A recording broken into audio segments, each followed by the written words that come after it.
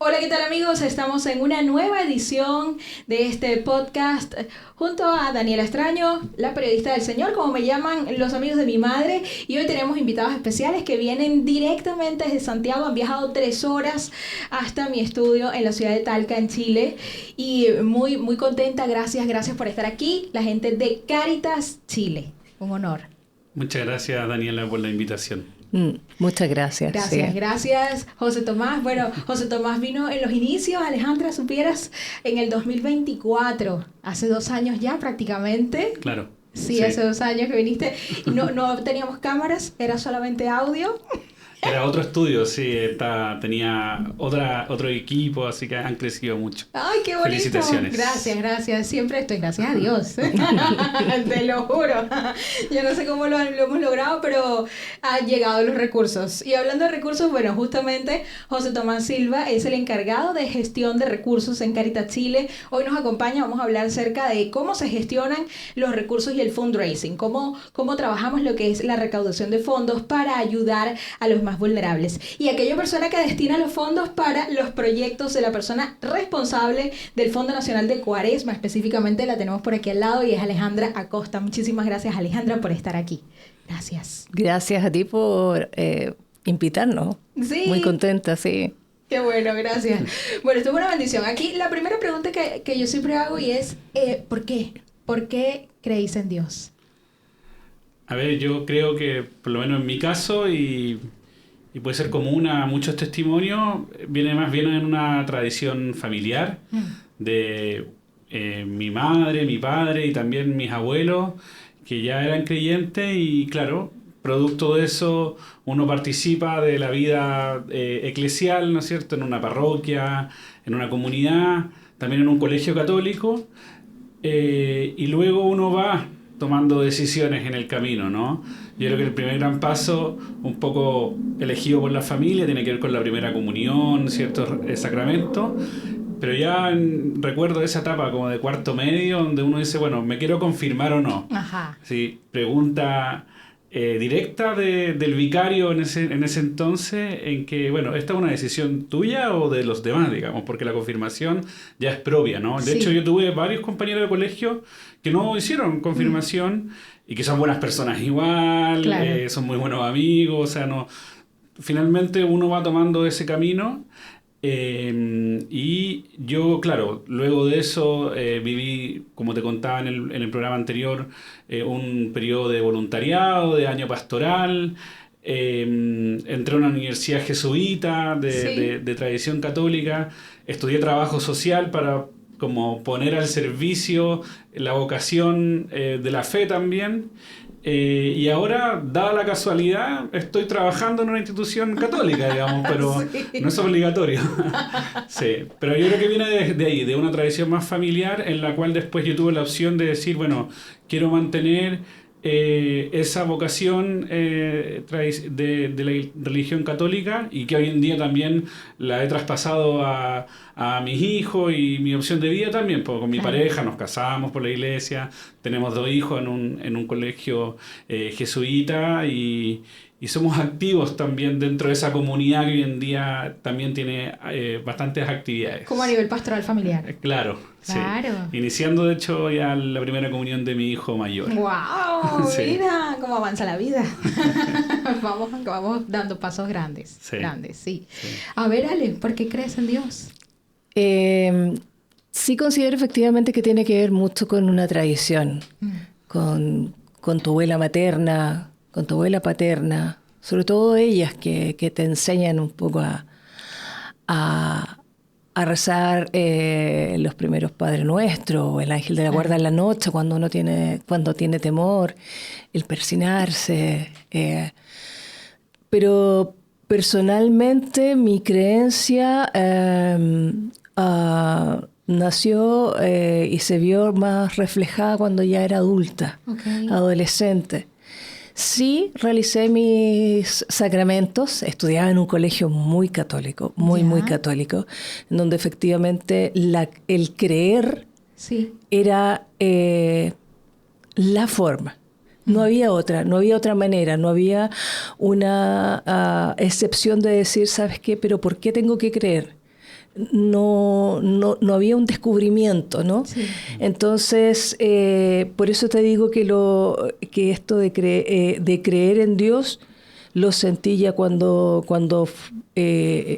ya saliendo del colegio, dije que necesitaba continuar, pero conocer la realidad, porque me sentía en una burbuja. Ok. En el colegio. Exactamente. Y todas mis actividades, Sí. estas en el colegio, eran en una burbuja. Y de pronto cuando salgo y conozco el trabajo que se realizaba en la Vicaría Pastoral Social, por ejemplo, que se realizaba en la cárcel con mujeres, con los hijos de estas mujeres en sus casas, yo dije, esto es. Entonces, no me dije, creo en Dios. Ok. Yo dije, yo vivo en el reino de Dios. Y comenzó todo. ¡Wow! Sí. Yo vivo en el reino de Dios. Qué bonito. Porque, claro, pensamos que vivir en el reino es cuando vayamos al cielo. No sé, puede ser. Uh-huh. Pero en la tierra también está su reino. Yo creo que sí, claramente. Sí, ¿no? Sí. Sí. Claramente, dice. Sí, claro que sí. Sí, ¿no? Sí. Oye, Sí. qué fuerte. Y se construye entre Sí. nosotros, pues, digamos. No es un reino que está estático, ¿no? Sí. Claro, somos parte de. Uh-huh. Por eso estamos. Oye, sería estar esas preguntas. Bueno, ahora estamos en la etapa final de Cuaresma. Uh-huh. Y quiero un poco saber, ¿no? ¿Qué tal va la campaña? ¿En qué consiste básicamente la campaña para que se viene para este año y el próximo? Uh-huh. Bueno, la Cuaresma de Fraternidad, como muchas personas católicas lo saben, es una iniciativa que tiene la Iglesia Católica en Chile desde la década de los 80 aproximadamente, y lo que busca principalmente es promover una vivencia del tiempo litúrgico de manera más intensa. Hay un llamado especial de la Iglesia a vivir los 3 pilares de la fe. Ya. La oración, el ayuno, la abstinencia y por sobre todo la misericordia, como nos llamaba el Papa Francisco, a ser solidarios, a tener gestos de caridad con los demás. Y desde esa época lo que hicieron los obispos de Chile en su momento fue, bueno, ¿por qué no fortalecer esta última dimensión, si no olvidar las otras dos, en una campaña que ponga la mirada en un sujeto prioritario de la sociedad? Ok. ¿Ya? Y entonces a lo largo de estos ya casi 46 años, digamos... Vamos para los 50. Vamos para los 50 de tradición. Se ha destinado la campaña a niños, mujeres jefas de hogar, personas en situación de calle, personas privadas de libertad, jóvenes, adultos mayores, personas migrantes, familias vulnerables, entre otros. ¿Con qué propósito? Con el propósito de durante estos 40 días, desde miércoles de ceniza hasta domingo de Ramos, centrar la mirada en este tiempo litúrgico en ellos también, tener gestos concretos de misericordia, como tenderle la mano a esa persona, y relevar el rol que tienen en la sociedad y aportar en la famosa alcancía de la campaña de la Cuaresma que tenemos aquí, que es una alcancía que mucha gente conoce, que es la cajita de Cuaresma. Claro. Que es una cajita que se distribuye en cada una de las parroquias y capillas del país, también en muchos establecimientos educacionales. Hay algunos centros como de negocios, centros de formación técnica. O sea, hay distintos grupos hoy en día en la sociedad que reciben esta alcancía y se la llevan para la casa, donde las personas la ponen en su altar del hogar, y ahí la invitación es a aportar diariamente un gesto de caridad hacia, vale, ese hacia ese sujeto prioritario de la sociedad. Muy bien. Estamos hablando que nosotros distribuimos cerca de 500, 600.000 alcancías al año. ¡Wow! Es 600.000 alcancías. Claro, sí. De estas cajitas. De estas cajitas tenemos En todo el también, país. En todo el país, sí. A veces nos sobran un poquito y las guardamos para el año siguiente, pero más o menos yo diría que se están entregando 500, 550.000 al año. Ese es el cálculo que tenemos. Claro. Y igual es súper ordenado. Si tú te fijas, de hecho, esta es la alcancía que tiene Daniela acá, Sí. que tiene un número y una sigla. Entonces, ella probablemente la recibió en una parroquia de capilla. Sí, sí. Y con el propósito no de controlar, sino de que esa alcancía vuelva después a la parroquia, ¿no? Totalmente. No se va a decir, Daniela la trae llena vacía, sino más bien es que... Porque a veces pasa esto, Ya. que yo voy, no sé, en noviembre o en Adviento y voy a la casa de alguna familia, amigo, y todavía veo la alcancía en el Todavía está altar. ahí, no puede ser. Entonces Ya. les digo, bueno, llévela al año siguiente porque, o sea, para que cumpla el propósito Claro. que tenía inicialmente, que es poder apoyar a financiar proyectos e iniciativas, Ya. y también porque hay que ser responsable con el uso de estos recursos. O sea, si Ya. hacemos una invitación a todas las familias de buena voluntad, porque esta campaña es para todos, no solo para católicos, sino que cualquier persona que quiera ayudar, digamos, Claro. utilicemos bien estos recursos. Ya. Entonces ha sido bien bonito conocer esto a lo largo del tiempo que con Alejandra llevamos aquí, que de hecho este año cumplimos 10 años a cargo de la campaña, y reconocer ese gesto de la Iglesia hacia los demás, que busca ser un trabajo profesional, de Sí. caridad, y que tiene como beneficios directos. O sea, no es como, bueno, vamos a ayudar a las personas, no. Se financian proyectos, iniciativas, y eso es bien significativo porque hay testimonios, hay rostros que están detrás. Ok. Bueno, yo voy a contar una anécdota porque efectivamente yo estaba en mi parroquia, salgo de misa un domingo y al final del pasillo de la iglesia está la típica señora con su hojita y número por número con un montón de cajitas. Y entonces repartiendo el nombre, apellido, una cajita para usted, otra cajita para usted. Y yo nunca, la verdad, nunca había recibido la cajita, ni había estado como, no había mirado sinceramente que estaban repartiendo algo. Y en esta oportunidad, evidentemente, la reconocí, de todos mis años en Chile, ahora sí la reconocí, dije, la cajita de Cuaresma, ya, sí, yo me quiero llevar una. Pero no tiene instrucciones. No sé cuáles son las instrucciones. Entonces, claro, yo estaba terminando Cuaresma, pero tengo mi cajita y mi compromiso. Y yo decía, ¿qué voy a hacer con esto? ¿Qué? ¿Me tengo que poner en la calle? ¿Tengo que llevarlo a mi negocio? ¿Qué es lo que tengo que hacer? Claro. Mi esposo, ayer que yo estaba allá, yo decía, muerta de la vergüenza, mañana viene la gente de Cáritas y yo tengo esta cajita que todavía no está llena. Todavía le falta, todavía le falta corazón. Entonces, ¿qué? Pero cielo, tú tienes que llenar la cajita, la pones aquí en tu altar directamente y vas metiéndole el dinero poco a poco, todos los días, tú vas colaborando, es una cosa tuya.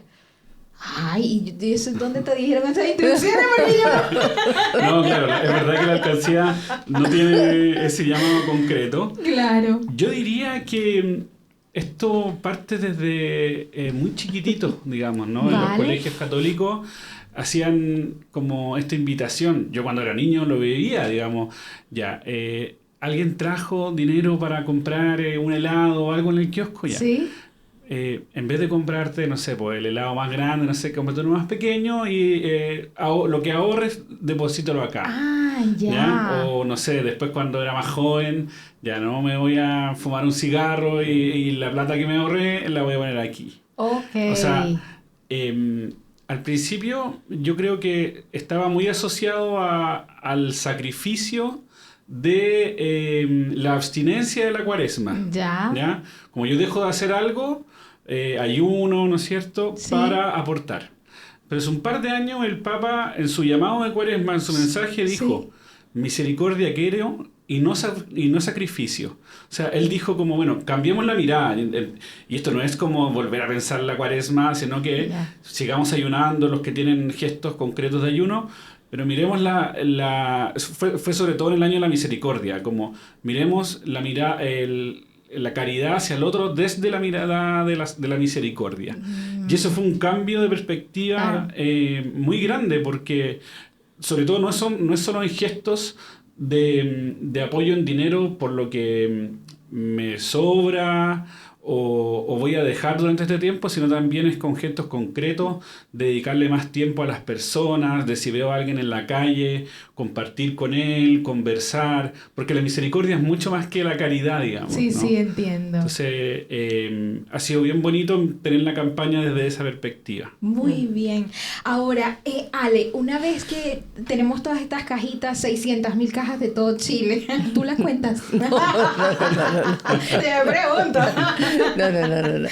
Cuéntame, ¿cómo se hace este proceso de ese Fondo Nacional de Cuaresma? Bueno, son las diócesis las encargadas de hacer ese trabajo, que no es menor.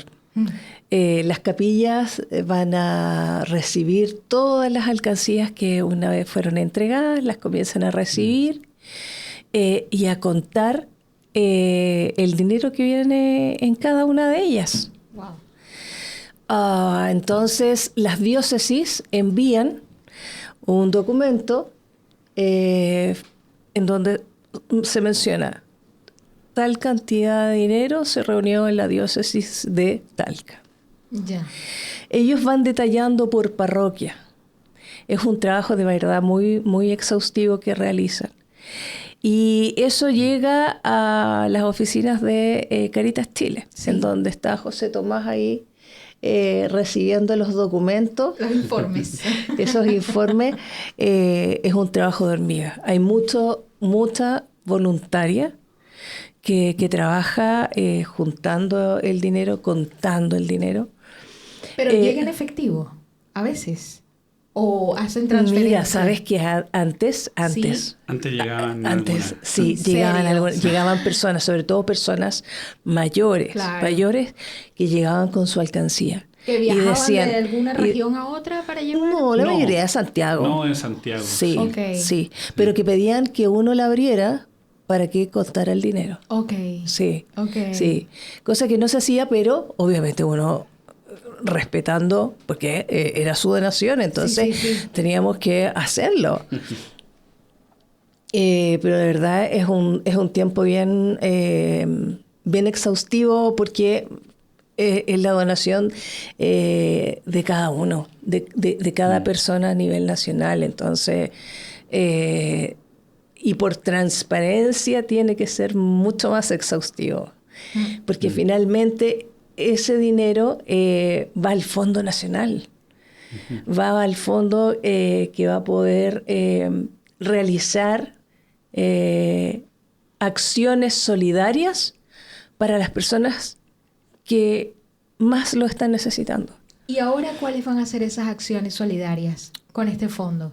Personas mayores.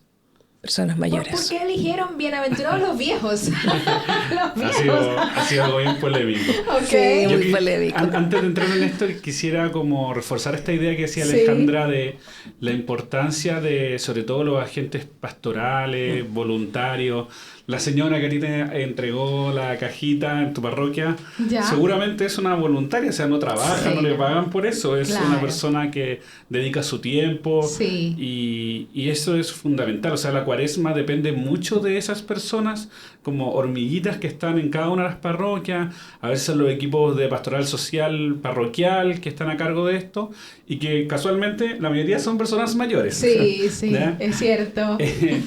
Y luego, como decía Alejandra, viene todo este proceso de juntar los dineros, hay un porcentaje que se queda en la misma parroquia para que la parroquia pueda financiar acciones locales y otro porcentaje se va a Santiago para que se financien los proyectos.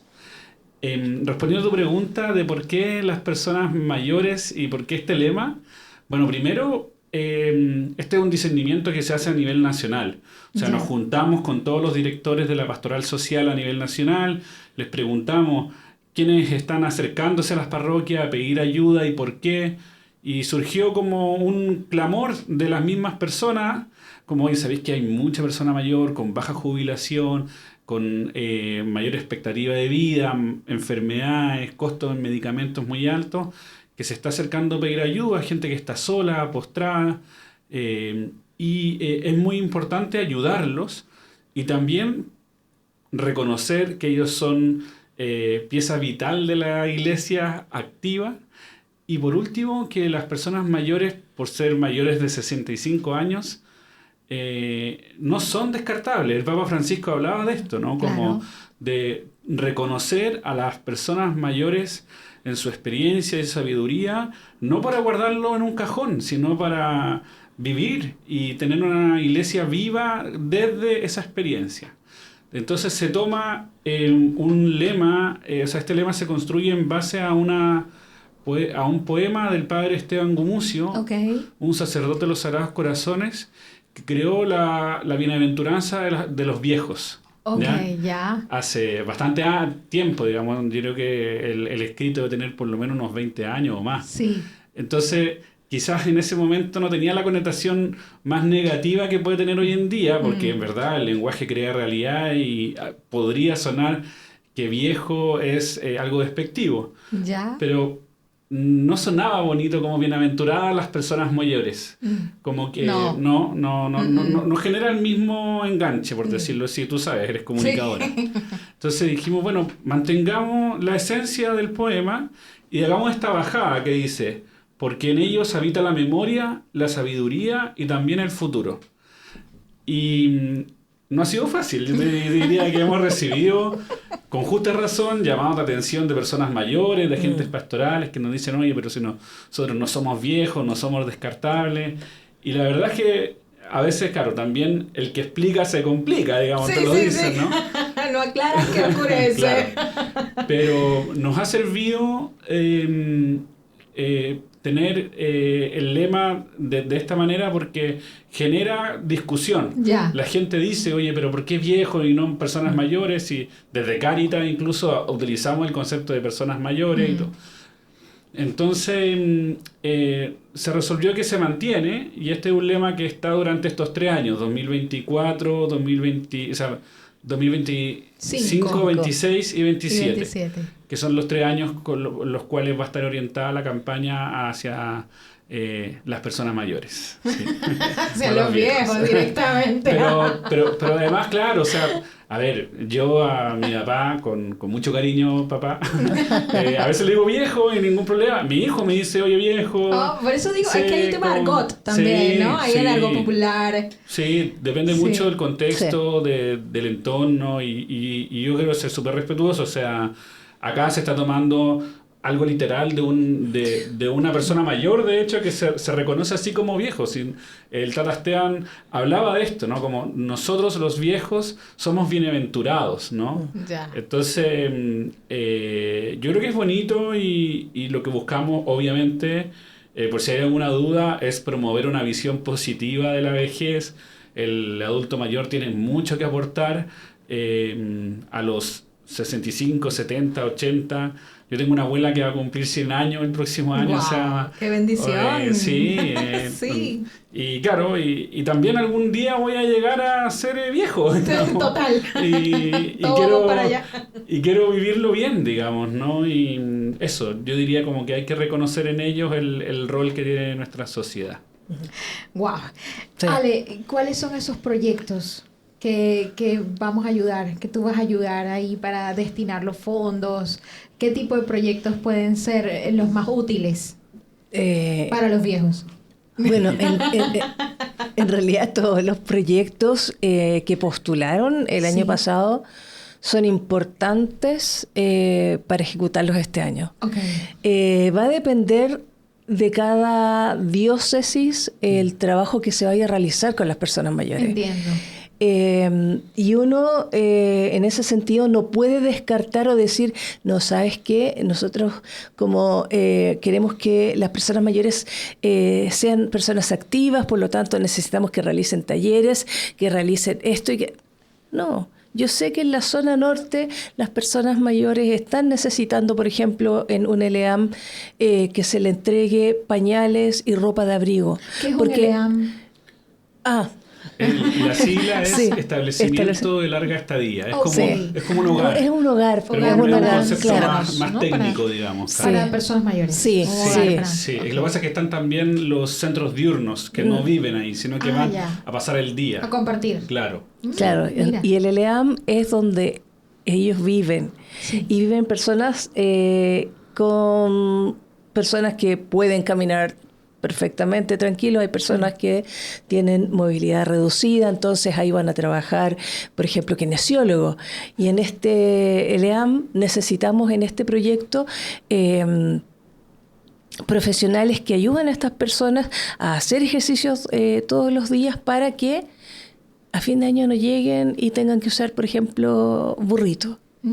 Entonces, por eso te digo, va a depender de cada territorio la realidad y la ejecución finalmente del proyecto. Hay proyectos muy lindos. La mayoría va a trabajar con, por ejemplo, el trabajo intergeneracional. Sí. Es algo que se le da mucha importancia desde la infancia, desde el jardín infantil. Los niños saben la importancia del rol de un abuelo o de una abuela, y si no es abuelo o abuela, por rol, bueno, de esa persona mayor que vive al lado mío. Claro. Entonces, las postulaciones son muy, muy, muy interesantes, y vamos a tener la gran fortuna junto a José Tomás de poder conocerlas en terreno también, porque parte del trabajo que realizamos es poder acompañarlos día a día, llamado telefónico, o que te llamen, oye, ¿sabes qué pasa esto con el proyecto? ¿Sabes qué estamos ejecutando? Y ¿sabes qué? Del gasto operacional me sobran 200.000 pesos, pero no los puedo gastar porque solo están en el ítem operacional. Claro. Entonces, no. Hay que redestinar. Redestinemos. Claro. Entonces, mándame un formulario. ¿Cómo lo podemos redestinar? ¿Qué es lo que realmente están necesitando también? Bien. Oye, fantástico. Entonces, es un acompañamiento día a día, es un acompañamiento a cada uno de esos ejecutores, a cada uno de esos directores también que ejecutan la mayoría de las veces, y también, como te mencionaba, un acompañamiento en terreno. Claro. En promedio, generalmente, ¿cuántas personas impacta la recaudación de fondos, en especial de la campaña Cuaresma Fraternidad?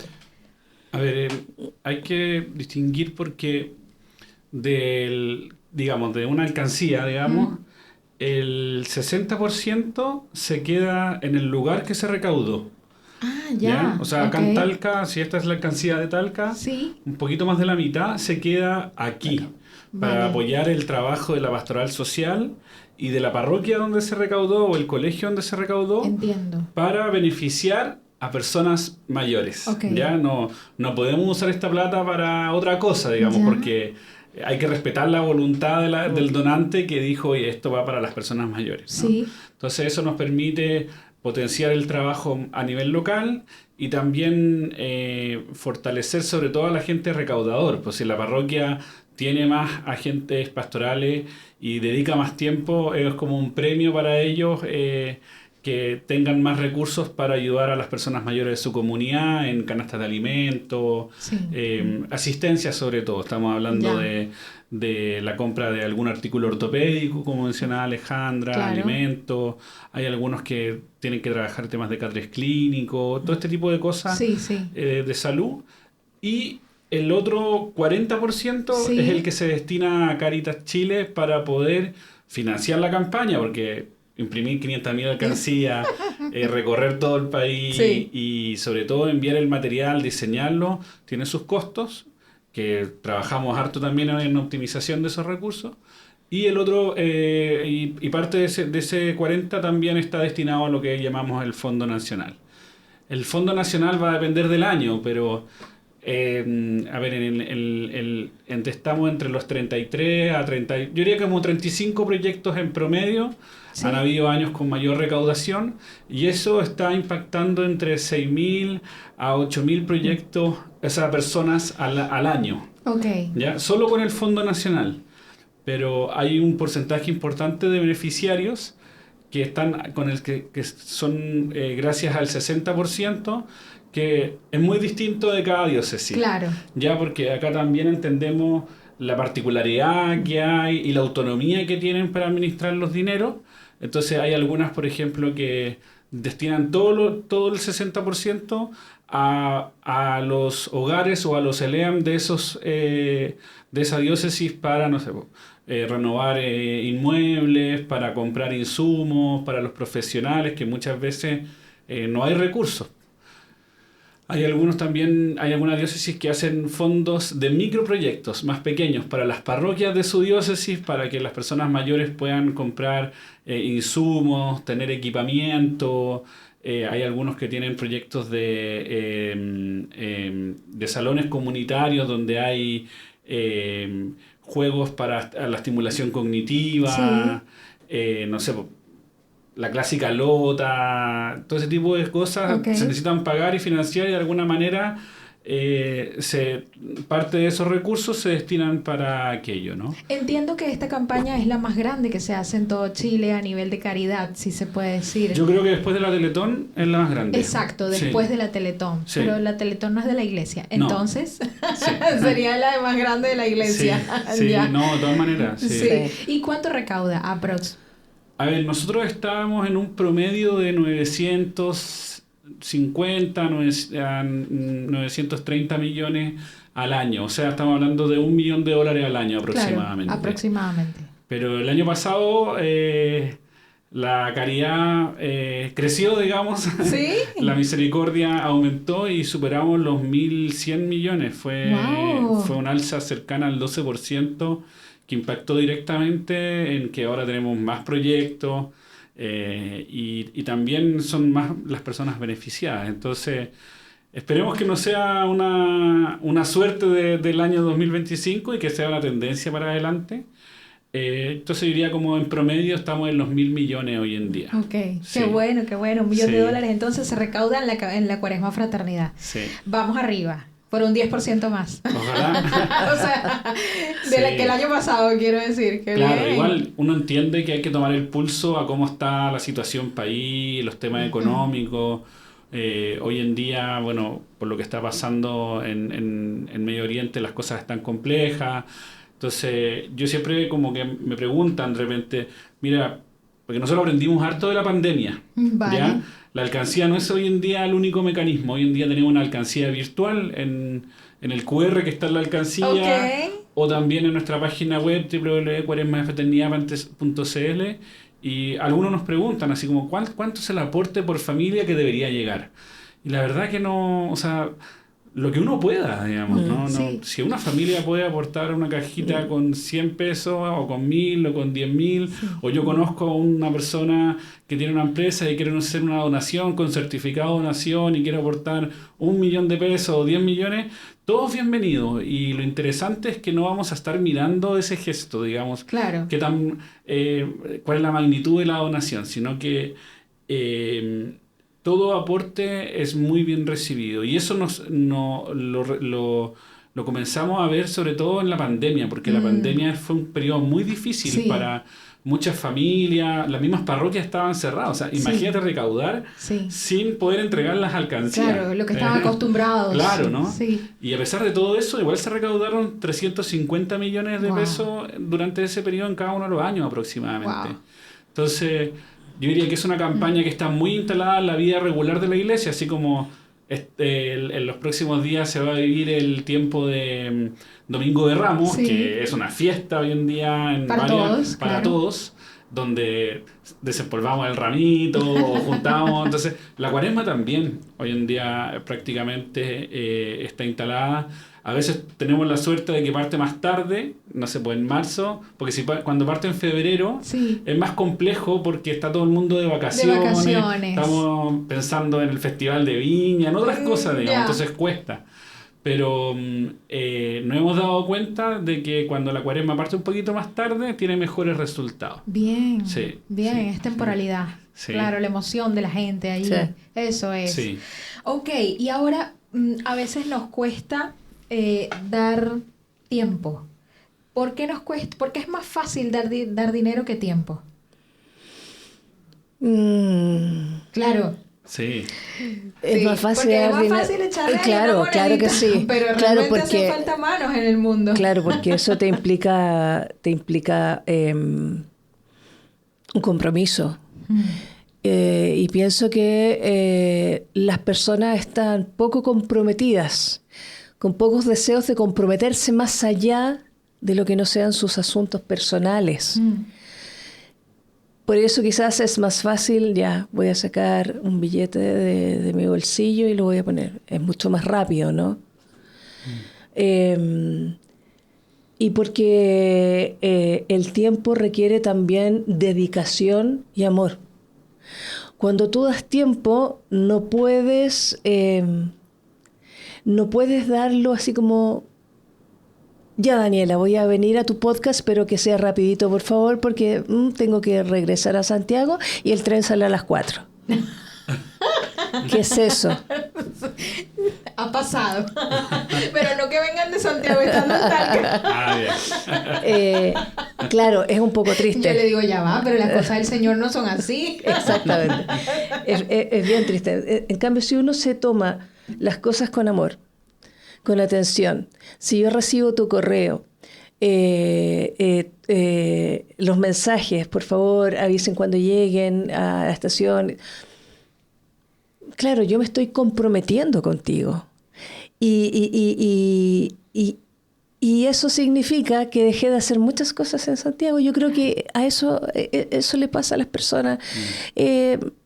No sé si llamarle egoísmo. No voy a llamar egoísmo, pero sí. Yo creo que tal vez tienen miedo de entregar amor. Sí. Creo yo. José Tomás, ¿por qué nos sentimos más cómodos dando dinero que tiempo? Yo creo porque el tiempo es muy escaso, sí. Y vivimos en una sociedad donde hoy en día hay que hacer más cosas y también nos ponemos más cosas. Tenemos un celular que ahora nos hace más productivos, tenemos un calendario para llenarlo más. Yo me acuerdo, ahora pensando en una persona mayor reconocida de la sociedad, en un momento me tocó entrevistar a Delfina Guzmán. Okay. Y me decía, yo no entiendo a los jóvenes porque están todo el día queriendo hacer algo. No tienen esa capacidad de hacer nada, de divagar. De aburrirse. De aburrirse, digamos, Claro.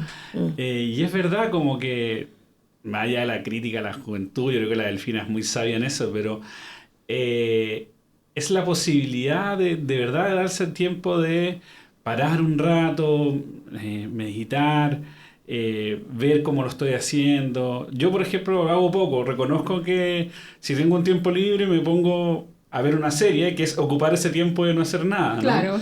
Cuando estoy conectado con la naturaleza me sirve mucho más. Y sobre todo al cierre del año uno siempre como que hace una pausa y mira para atrás, ¿no? Pero decir, bueno, tengo tiempo libre, lo voy a dedicar a otros, claro, es complejo, ¿no? En el programa pasado nosotros conversábamos de los voluntariados y todo eso.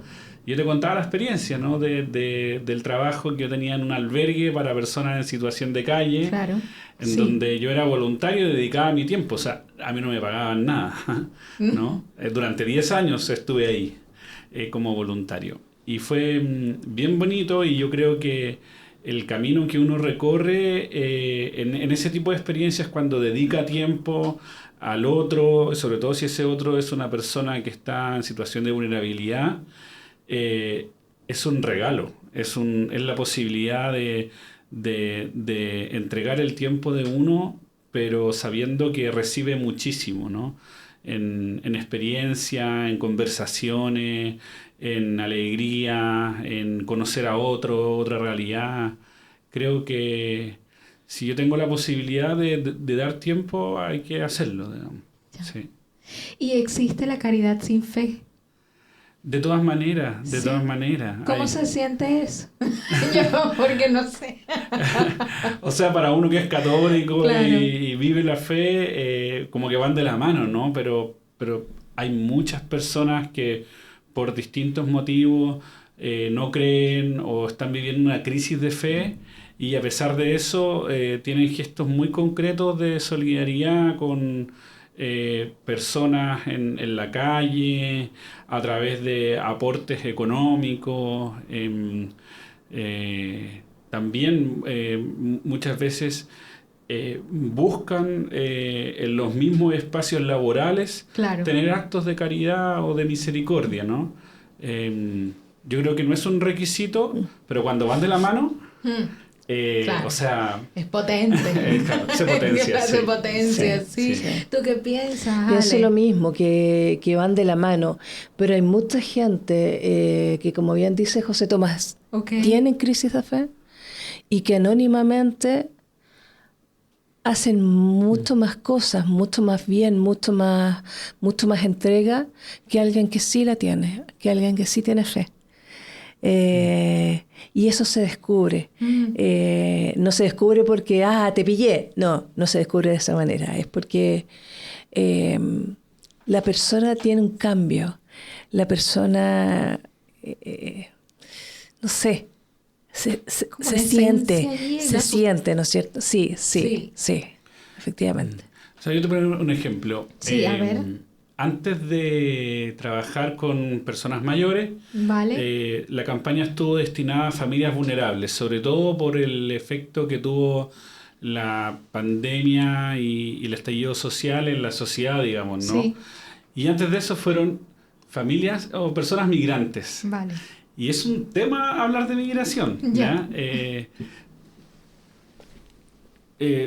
Pensemos en que la Cuaresma desde sus inicios siempre ha sido un proceso bien discernido, entonces no es casualidad que trabajemos con familias vulnerables, no es con migrantes, sino que, como te decía, al igual que con personas mayores, le preguntamos a las parroquias quiénes se acercan, quiénes piden ayuda, y en ese momento, estamos hablando año 2017, 2018, 2019 aproximadamente. Bueno, cuando la diáspora, ¿no? Claro, o sea, cuando llegó, como una ola de migrantes. Sí. Creo que a los inicios, claro. Sí. Se eligió y se hizo, compartió la noticia, vamos a trabajar con personas migrantes, al tiro. Sí. Disculpen, pero hay chilenos que también lo están pasando mal, ¿ya? Sí. No voy a decir de dónde viene el comentario, ¿ya? Pero fue reiterado, digamos, sí. ¿no? Yo también lo escuché. ¿Sí? Entonces, y uno en verdad empezaba a tomar el pulso y decía, mira, la verdad es que la recaudación baja porque no se siente tan adherido a ese llamado, ¿no?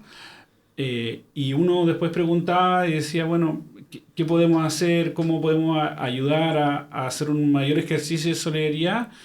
Y llegaba mucha gente y decía, sí, lo que pasa es que no queremos ayudar a los migrantes, porque me quitan el trabajo, porque traen enfermedades, aumentó la delincuencia, discursos de este tipo. Sí.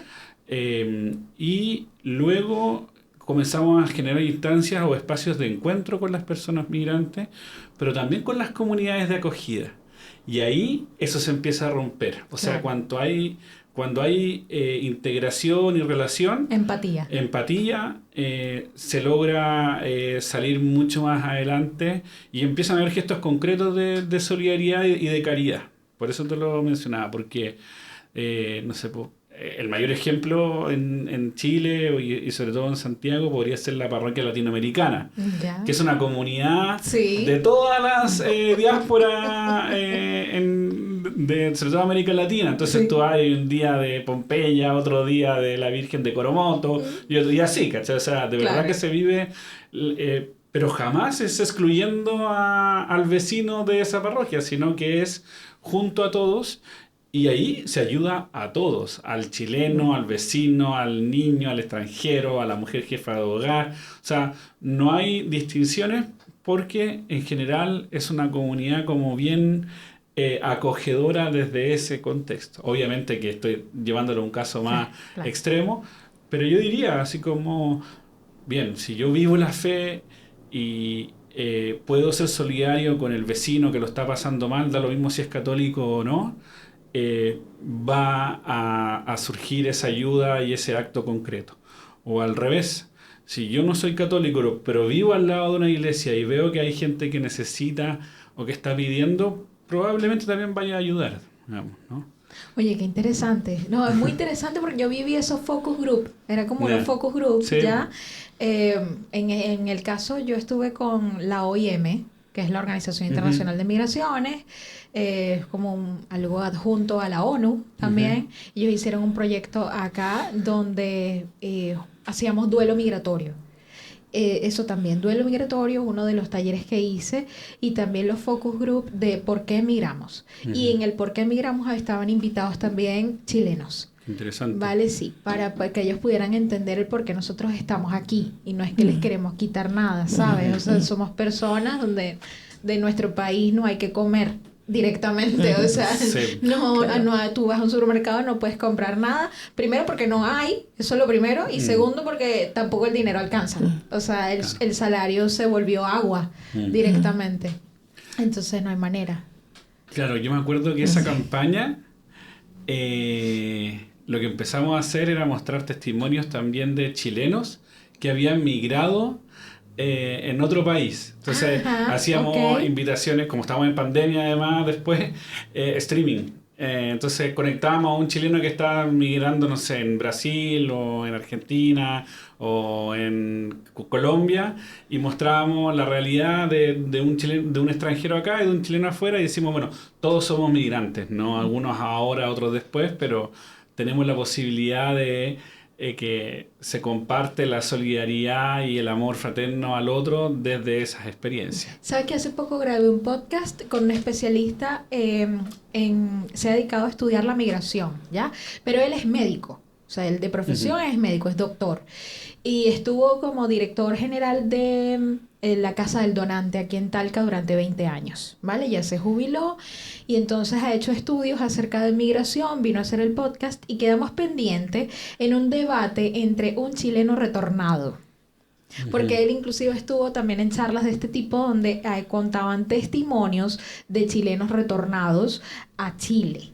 Okay, que han vuelto a Chile después de todo el tema Pinochet, Allende, de más, ¿no? Entonces, era como, ¿qué pasaría? ¿Cómo nos veríamos nosotros, los venezolanos, al volver a Venezuela?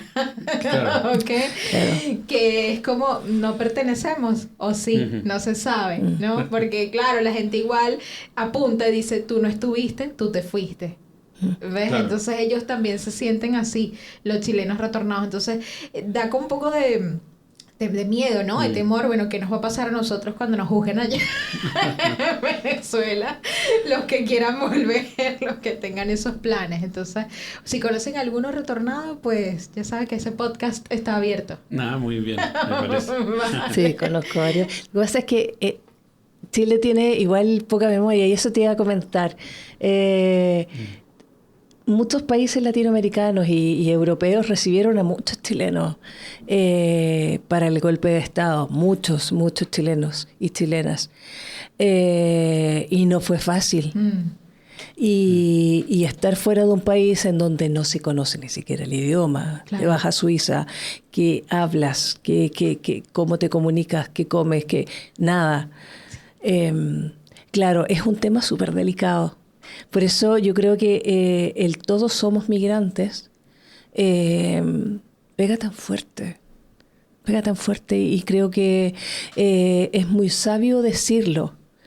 Nunca, nosotros no sabemos si en algún momento vamos a tener que movilizarnos, ya sea por situaciones extremas, desde nuestra ciudad a otra, de un país a otro.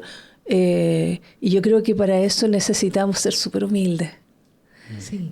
¿Qué es la humildad para ti? Para mí la humildad es tener el corazón generoso de escucha. Okay. Porque es muy difícil poder escuchar sin sabotear a la otra persona inmediatamente dirigiéndole, pero es que tú me estás quitando mi trabajo. Y a ti no deberían estar atendiendo en este CEFAM porque la atención es solo para Chile.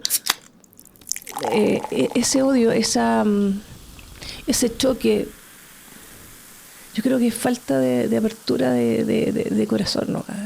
Creo que yo creo que hay que aprender, sí, a escucharnos, y con las diferentes tonalidades que aquí los americanos, los centroamericanos tenemos. Hablamos un mismo idioma, no sé por qué no nos entendemos. Sí, está pasando. Pero bueno, llegar un momento en el que nos sentiremos más cómodos con el otro. Claro. Sí. Creo que de eso se trata. A ver, también estamos hablando mucho de caridad como un gesto muy lindo porque en realidad es sublime, ¿no? O sea, entregar algo que tú tienes y que puedes compartir.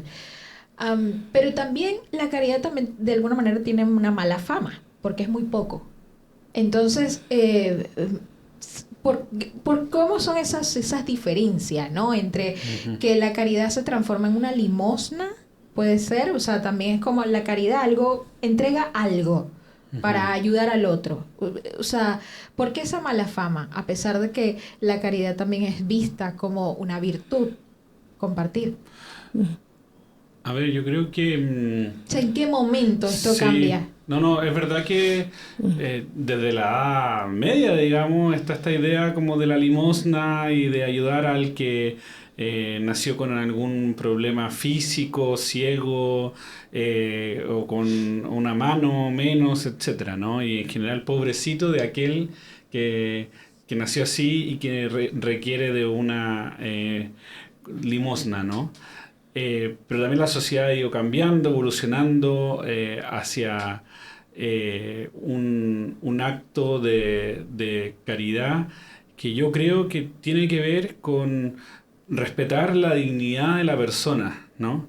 Y eso implica no dar lo que me sobra. O sea, yo no puedo ir a un lugar a almorzar y chuta, no me lo como todo y después llevarme eso porque ya lo probé, yo puedo estar enfermo, o sea, no puedo regalar eso, ¿no? Por eso muchos restaurantes no donan la comida Claro. porque no está en condiciones dignas de ser entregada a un otro, ¿no? Entonces, yo creo que desde ahí el concepto de solidaridad en que nos pone a los dos como persona en el mismo nivel, Sí. nos permite relacionarnos y entender esas diferencias. Si yo tengo más dinero o menos, si estudié hasta cuarto medio, si estudié hasta la universidad, si tengo posgrado o postdoctorado, pero que podemos compartir y reconocernos como iguales. Entonces, desde ahí, obviamente, y eso es lo que yo pienso, si es que por alguna razón yo tengo más, recibo más, bueno, también buscar cómo romper con los círculos de desigualdad o injusticia, ¿no? Yo creo que Alejandra y yo tenemos la fortuna de estar en un lugar que nuestro trabajo es un lugar que nos apasiona y nos permite ser solidarios con los demás, digamos, ¿no? Vale. O sea, van de la mano en este caso, ¿no? Pero no sé si todos. Entonces, yo creo que la pasión tiene que estar vinculada y si esa pasión además ayuda a otro y además te genera recursos, o sea, es el óptimo, digamos, ¿no? Pero creo que la caridad tiene que sustentarse en eso, en el respeto de la dignidad de la persona y por lo tanto me gusta más el concepto de solidaridad. El Papa Francisco, cuando en algún congreso de Cáritas Internacional utilizaba el concepto y decía, Sí. Cáritas es la caricia de la iglesia hacia el otro, digamos. Correcto. ¿no? Sí. Que es muy bonito, ¿no? Porque llevar la caridad a la caricia es un juego increíble, digamos, ¿no? Porque es un gesto como tierno, pero a la vez digno, pues no es reconocer la dignidad de esa persona. Es un gesto de amor. Sí, de todas maneras. Sí. ¿Para ti qué es la solidaridad?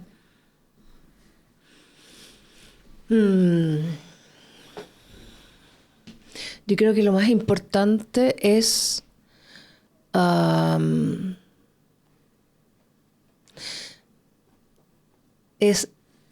estar o presentarme frente a la vida, frente a un otro, tratándome como me gustaría que me trataran. La solidaridad desde que salgo de casa a tomar el bus para que me lleve el metro y que se abren rápido las puertas, que no hay espacio y uno queda da espacio a una señora que necesita ingresar. O sea, gestos cotidianos, en sí, el día a día para mí es solidaridad. Claro, Y cuando yo me preguntaba, puta Alejandra, pero tú eres solidaria siempre. Y claro, a veces efectivamente no.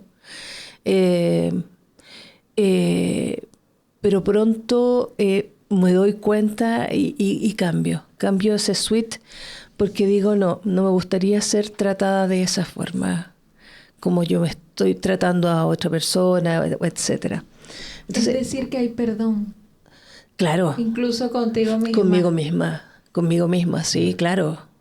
Que hay un proceso de perdón. Exactamente. Y uno es súper consciente de ese proceso y es muy rápido ese proceso. No es algo que te tome la mitad del día, no. Son como procesos rápidos durante el día en que dices, ya, nos vamos bien. Este no es el camino. Entonces, José Tomás decía muy bien cuando mencionaba en el trabajo en que estamos. Y un poco la vida también que nos ha tocado vivir, independiente que sean muy diferentes, la enseñanza que hemos tenido, la gracia de haber podido llegar a un espacio en donde podemos ver la solidaridad día a día, en la misma oficina, en el trabajo en terreno, en una llamada telefónica, en un mensaje de texto. Entonces, digo, es como difícil no poder dejar de lado la solidaridad. Hasta en mi casa. Yo digo, no puedo hacer solamente esto en el trabajo. Porque a veces uno se olvida y dice, no, esto es muy lindo, pero no, aquí en la casa descanso, no. Tenemos que seguir siendo solidarios, sobre todo con las personas que nos esperan ahí, todo un día para que uno vuelva y le cuente qué tal estuvo el día, etcétera, etcétera. Sí, eso para mí es la solidaridad. Bueno, sabes que el podcast en el que estuvimos la vez pasada, yo le pedí a los entrevistados que eligieran un tema para conversar y estaba Ronald Piña aquí. Ronald habló sobre el amor, ya el amor al prójimo, y José Tomás habló sobre la solidaridad. Entonces fue muy interesante, ¿no? Los gestos de amor, los gestos de solidaridad, cómo se complementa claro, esto, ¿no? Sí, porque sí. era como de las palabras favoritas de cada uno en su trabajo. Y es cierto, o sea, cuando fusionas la vocación con la pasión, se potencia. Sí, Se potencia, sí, claro se potencia como la misión del ser humano, la verdad. La misión del ser humano. Me estaba acordando de que la solidaridad muchas veces no viene como instalada así como en el esquema natural de todas las personas, digamos, es algo que se va desarrollando, es una competencia que se adquiere, ¿no? Y hace un par de años nosotros estábamos en una campaña en el albergue para buscar socios. Y era difícil, pues, porque hay mucha gente que ya es socio de alguna otra fundación, o te dicen, mira, en este momento no puedo. Entonces, no sé, pues teníamos una meta de juntar 100 nuevos socios, y la verdad que 5, estábamos muy mal. ¿Y qué hicimos? Cambiamos como el switch o la mirada y dijimos, a ver, en vez de mandar mensajes, mail a este socio hoy, invitemos a las personas a un espacio de encuentro. Okay. ¿Ya? De hecho, en este albergue, en la Casa para Esteban, residen personas mayores que vienen de la calle, digamos, ¿ya? O sea, no solo con 60, 65 años, sino cuando la vida es de calle, una vida muy dura, ¿no? Entonces, no parecen de 60, parecen de 80, 90 años algunos por las condiciones que han vivido durante ese periodo. Y venían familias con niños, jugaban a la lota, no sé, pues, juegos de estimulación cognitiva. Terminábamos la jornada, no sé, 80, 100 personas compartiendo, y a la salida ni siquiera había que preguntar, ¿dónde me hago socio? ¿Por qué? Porque había vivido la experiencia de compartir con el otro, de ser solidario en un momento. Digo, bueno, ahora que le pongo un rostro concreto, logro asimilar la importancia de ese aporte en dinero que permite que la señora María, la manipuladora de alimentos, gestione los recursos para ese hogar. Entonces, yo creo que es muy importante que la solidaridad y la misericordia, como hemos conversado, vaya acompañado de gestos de aportes económicos, en dinero, pero también de tiempo, porque, como hemos dicho aquí con Alejandra, cuando se fusionan, florecen aún más y uno termina invitando a otro, ven para acá, vamos juntos. Es muy bonito el ejemplo. Excelente. José Tomás. Sí. ¿Sabes que en el podcast anterior, José Tomás hablaba acerca de que desde pequeño él estaba en las actividades del colegio para recaudación de fondos? Uh-huh. Hoy por hoy es el gestor de los recursos de una organización mundial en un país, ¿ya? Entonces, fíjate cómo desde pequeño tú vienes cultivando este servicio que también es conocido como fundraising, uh-huh. Recaudación de fondos. ¿Es algo que deben tener en el ADN las organizaciones? A ver, yo creo que sí, es clave. Una organización sin recursos no puede como sostenerse, digamos, ¿no? Y no solo hablo de como de las donaciones en dinero. Como tú comentabas, yo tengo una trayectoria desde pequeño, pero también me he ido profesionalizando en esto. He hecho cursos, he estudiado, hoy en día hago clases en universidad sobre el tema, en un par de diplomados. Y yo diría que una organización, para ser sana financieramente, tiene que tener la capacidad de diversificar sus fuentes de ingreso, ¿ya? Imaginémonos como que una organización depende de un trípode. Ese trípode tiene que tener patas rígidas para mantenerse como en pie. Okay. ¿Ya? Entonces, lo que dice la teoría de gestión de recursos es que tenemos que tener fondos generados, o sea, que la organización sepa generar sus propios fondos, campañas, algunas colectas, hay algunas que prestan servicios, por ejemplo, no sé, hacen alguna charla y cobran por eso, y ese cobro está exento, tiene distintas franquicias. Hay algunas que incluso hacen eventos. Sí. La comida, la corrida solidaria, hay muchos mecanismos. Y están los fondos solicitados, los fondos que yo le pido a un donante, a un socio, hago una alianza con alguna empresa, también los fondos concursables. Entonces, para que esa organización tenga proyección y sepa sostenerse en el largo plazo, que sea sostenible, claro, requiere diversificar y explorar cada una de esas fuentes, ¿ya? Y no es fácil, sobre todo porque los recursos son escasos y muchas veces para poder levantar más fondos hay que invertir también, ¿no? Total. Entonces, y además que no eres el único que está buscando fondos, ¿ya? Ok, hay competencia. O sea, sí, ¿se le puede llamar así? Sí, claro que sí. Ya. Mientras sea una sana competencia, okay, se le puede llamar así, ¿no? De hecho, habemos muchas organizaciones que ya trabajamos en conjunto en esto. Hay una plataforma que hoy en día presta como servicios de recaudación para socios y donantes, que es donando.cl. Sí. Que si algún día puedes invitar a este espacio, Juan Pablo, que conocen el detalle de esto, digamos. ¡Qué ¿no? bueno! Sí, adelante, bienvenido, Juan Pablo. Y con ello hemos ido trabajando en el camino, o sea, la plataforma ha ido creciendo.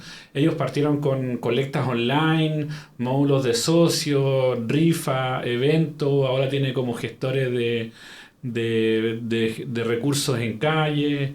Y lo interesante que no es una plataforma como todas las otras, digamos, como puede ser Transbank, Getnet, Mercado Pago, sino que se transforma como en un CRM. Ya. Yo le puedo hacer seguimiento, tengo una base de datos. Si alguien me llama, me dice, ¿sabes qué? Ahora no puedo ser socio, suspéndeme. Eso antes era muy engorroso. Teníamos que hacer los famosos mandatos con un papel y un lápiz, Sí. o sacarle una foto con una maquinita a la tarjeta de crédito. Eso cambió hace mucho rato. Entonces hay distintos mecanismos. Nosotros utilizamos donando.cl, y que es como nuestro socio estratégico para todo este tipo de cosas. Claro. O sea, te pongo un ejemplo. En febrero fue el incendio de... No, perdón, en enero. El Ok. de Bio Bio. Necesitábamos sacar una campaña ya, porque en verdad estaba ocurriendo una emergencia, la gente necesitaba ayuda, Sí. y había mucha gente que quería donar. Sí. Y hoy en día esto tiene que ser rápido, entonces no basta con deposita acá, sino que si yo tengo un QR y escaneo ese QR, es más rápido y más... Entonces el que llega primero gana, que recibe digamos, más, es el que claro, recibe más. claro. Ahora, jamás nos vamos a poner a competir con bomberos, techo, que son organizaciones con las que muchas veces pensamos las cosas en conjunto, digamos. Claro. ¿Ya? Yo creo que ahí como que hemos logrado tener espacios para compartir buenas prácticas y ver cómo lo hacemos, qué te ha resultado a ti, qué no, y tratamos de no toparnos, por ejemplo. Entonces ya, cuando hay un evento como este, obvio, nos vamos a topar. Pero si vamos a hacer una colecta nacional, donde Cáritas Chile va a estar en la calle con todos sus voluntarios y vamos a estar haciendo campaña, ojalá que otra organización de las cercanas amigas no esté haciendo lo mismo en esa misma fecha. UNICEF, Claro. que es la típica que tiene gente así en Claro, los stands, en la calle, ¿no? O sea, está Voluntarios. UNICEF, está Techo, Desafío Levantemos Chile, Hogar de Cristo, Claro. Fundación La Rosa, está lleno. Entonces, Ya. hoy en día hay un espacio que está normado por el Ministerio del Interior que dice, bueno, para hacer una colecta pública en la calle hay que pedir un permiso y se acredita que durante ese tiempo no va a haber ninguna otra. Entiendo. Pero en el mundo digital online es una nebulosa, digamos. Sí, sí, Entonces, sí. tratamos de no toparnos entre esas organizaciones. Donando tiene como un calendario de fechas para el año, digamos. Prácticamente hoy en día hay colectas activas todo el año. Claro. Excepto, yo diría, como febrero, que es un mes de vacaciones, y el 18 de septiembre, que Chile está en otra en ese momento, digamos. Nadie recauda el 18. Vale. ¿Ya? Entonces tratamos de diversificar las fuentes de financiamiento, buscamos nuevos mecanismos y compartimos. Y eso ha sido muy enriquecedor. O sea, yo diría que obviamente nosotros tenemos como se llama como saber hacer o know-how Sí. en inglés, que es como, tenemos una campaña que está instalada desde los años 80, y este es como nuestro chiche, digamos, la cuaresma. Sí. Pero la colecta nacional y las campañas de emergencia son cosas que hemos sacado a pulso, digamos, y que han dado resultados. O sea, por ejemplo, históricamente la colecta de Cáritas recaudaba, o sea, 80 millones al año. Claro. Este año está recaudando 115. ¿Por qué? Porque hemos hecho esfuerzos para integrar modalidades online, hacer nuevas estrategias, no sé, por los colegios, por ejemplo, hacemos el famoso Jeans Day o el café con ser de la colecta, cosa de que la gente se sume y vea sobre todo cuál es el impacto que tienen este tipo de iniciativas en la comunidad destinataria. Porque Sí. de hecho, prácticamente Cáritas no se financia con estas campañas, Claro. ¿no? Y eso Cáritas, claro, entiendo, como institución puede ser, ¿no? Para ayudar en todos sus programas. claro, o sea, tiene que financiar personas, infraestructura, servicios.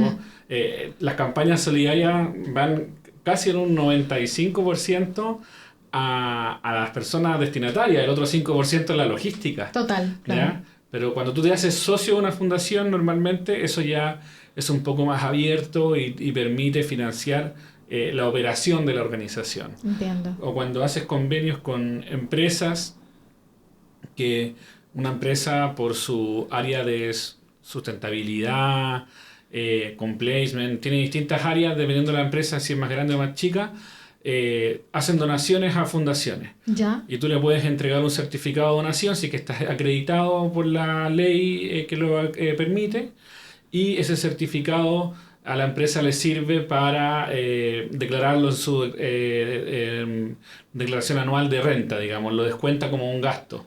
Entonces es un como ganar para ellos y ganar para nosotros porque nos permite levantar recursos. Entonces yo diría que mientras tengamos diversificadas las fuentes de financiamiento y esas sean sostenibles en el tiempo, va a ser una estrategia como fuerte. Ahora, siempre hay espacio y hay iniciativas muy creativas y espacios diversos para ir avanzando. Lo importante es que también hay que dedicar recursos y tiempo para crecer, ¿ya? Por ejemplo, nosotros no trabajamos en calle, o sea, a excepción de la colecta, pero Claro. Cáritas Chile no tiene la capacidad de tener a los voluntarios de UNICEF o aldeas infantiles que tienen en los terminales de buses voluntarios contratados, Sí. porque es muy costoso, digamos, y creemos, digamos, que esos espacios ya están cubiertos, ¿no?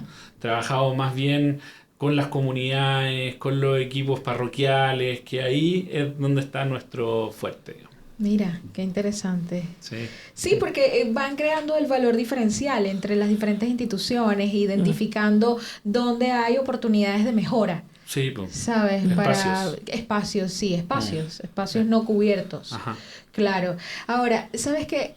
Estaba leyendo un libro en estos días donde hablaban que citaron al vicepresidente de eBay. eBay es una marca como Amazon. ¿Sabes? Como Amazon, donde tú compras y vendes productos, ¿ya? eBay comenzó vendiendo libros. Hoy por hoy vende de todo tipo de artículos. Entonces, él decía que, o sea, estas organizaciones como son tan grandes como Amazon, eBay, ¿no? Gigantes de Internet, hacen filantropía. Es decir, destinan determinados fondos para proyectos filantrópicos, pero que él estaba cansado de trabajar de esta manera porque no lograba cambiar el mundo. Entonces, o sea, con todo lo que dona, con todos los proyectos que financia a través, o sea, estos proyectos filantrópicos, que no es lo mismo que caridad, ya hay una diferencia entre la filantropía y la caridad. Entonces, ¿cómo enfrentamos ese vacío cuando de repente, bueno, ok, solventamos a los bienaventurados los viejos, ya este proyecto, pero sabemos que hay un más allá, sabemos que debe continuar esta labor, sabemos que ellos van a necesitar, el dinero es limitado, ¿no? Entonces, ¿cómo esto podemos, digamos, sentirnos de una manera de que realmente estamos contribuyendo? Sí, es verdad, los recursos siempre son limitados y por eso muchas veces los proyectos realizan algo que se llama continuidad en el ciclo, por ejemplo, con personas mayores, mientras buscan otras formas de financiarse.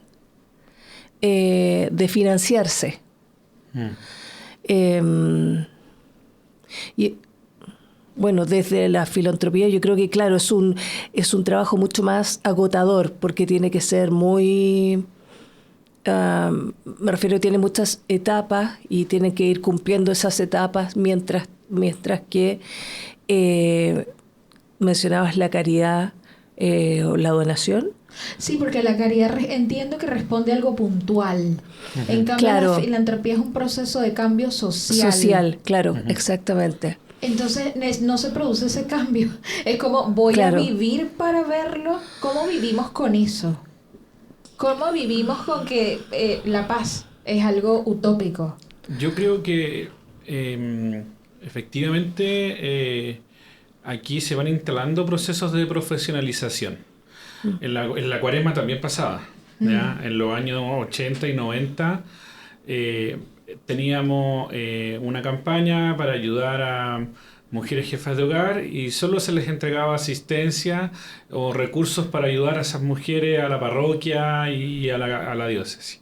Hoy en día tenemos el modelo de proyectos. Okay. Y el modelo de proyectos es muy cercano a lo que tú hablas de la filantropía. O sea, buscamos a un cambio en un periodo de tiempo acotado. No sé, vamos a ayudar a las mujeres jefas de hogar de Valparaíso que fueron afectadas por el incendio para que puedan reconstruir sus emprendimientos.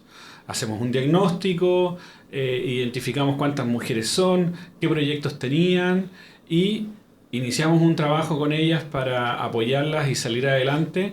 Y esos, no sé, 8 millones de pesos que cuesta este proyecto va a ir enfocado en esas 20 o 30 mujeres durante un periodo de tiempo de, no sé, 8, 12, 10 hasta 12 meses. Claro, yo sé que no es un cambio de cultura como lo que tú planteabas de la filantropía, pero no es la entrega de los recursos, no porque no tengan la autodeterminación para hacerlo, sino porque nosotros podemos entregar las herramientas y el apoyo que eso implica a veces la gestión de las compras, encontramos a los profesionales para los talleres, hay un camino que se recorre junto a ellos, ¿te fijas? Entonces es bien importante, obviamente reconociendo la autonomía y la capacidad del otro, de que los proyectos tengan un coordinador, un encargado financiero. A veces esto siempre está al alero de un representante legal que asume la responsabilidad.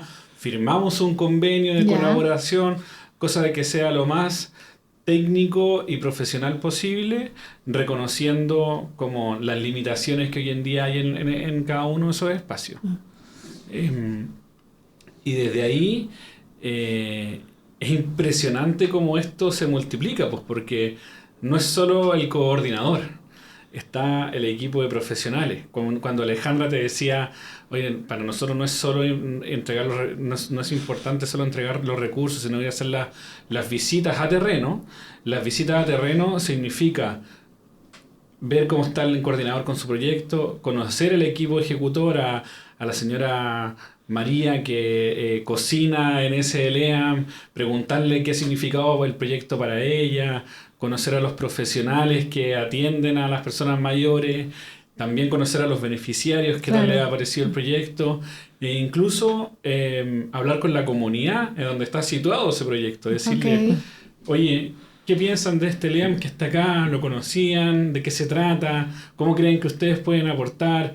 O sea, hay todo un entorno que se ve potenciado por un proyecto financiado por la campaña o por otra organización. Lo que quiero decir es que se potencia cuando hay la entrada de nuevo financiamiento y sobre todo si a través de un proyecto. ¿Y cómo, o sea, cuáles han sido esos, digamos, aprendizajes a la hora de conversar con empresas que buscan inclusive un beneficio fiscal? ¿Sabes? En el tema de donaciones, porque destinar a proyectos, digamos, ya sabemos cuál es el fin, sabemos que aquellas personas que reciben los fondos lo quieren recibir para solventar una necesidad, pero en el caso de las empresas, cuando donan y lo hacen a través de esta ley de donaciones, es un beneficio fiscal, o hay también un tema ahí espiritual. ¿Cómo se siente eso en la conversación? No, a ver, yo creo que las empresas se acercan por dos motivos. Primero, porque ellos quieren colaborar, ¿ya? Tienen una necesidad de ser solidarios con el entorno y las comunidades con las que conviven, ¿no? Y segundo, porque eso les permite reducir gastos y pagar menos impuestos. Eso es verdad, digamos, ¿no? Entonces, si esas dos cosas se articulan, mejor aún. Lo importante, primero, es que ellos siempre están muy pendientes de qué se va a hacer con sus recursos, ¿ya? Nos pasó, por ejemplo, para el incendio de Valparaíso. Entiendo. Que se acercó una aseguradora a Cáritas. Decir, oye, sabéis que nosotros queremos donar, pero queremos saber qué van a hacer con los recursos. No, nosotros tenemos un modelo que está ultra probado en torno a la prevención de incendios forestales. Hay un caso de éxito en una comunidad cercano al Jardín Botánico en Viña del Mar, que uno ve la foto aérea y se quemó todo el Jardín Botánico. Y esta comunidad no, que es Villa Botania, sí creo que. Entonces, es impresionante cómo está todo quemado y justo este sector no. Y mucha gente decía, oye, pero esto es un milagro. Y nosotros no es un milagro, es trabajo comunitario. ¿Ya? Entonces, a partir de ese caso de éxito, se acercaron muchos y entre esos esta aseguradora que dijo, oye, ¿cómo lo lograron? ¿Por qué podemos nosotros financiar algún programa de Cáritas que esté relacionado con este modelo de trabajo para apoyar a otras comunidades? Y estamos trabajando con ellos.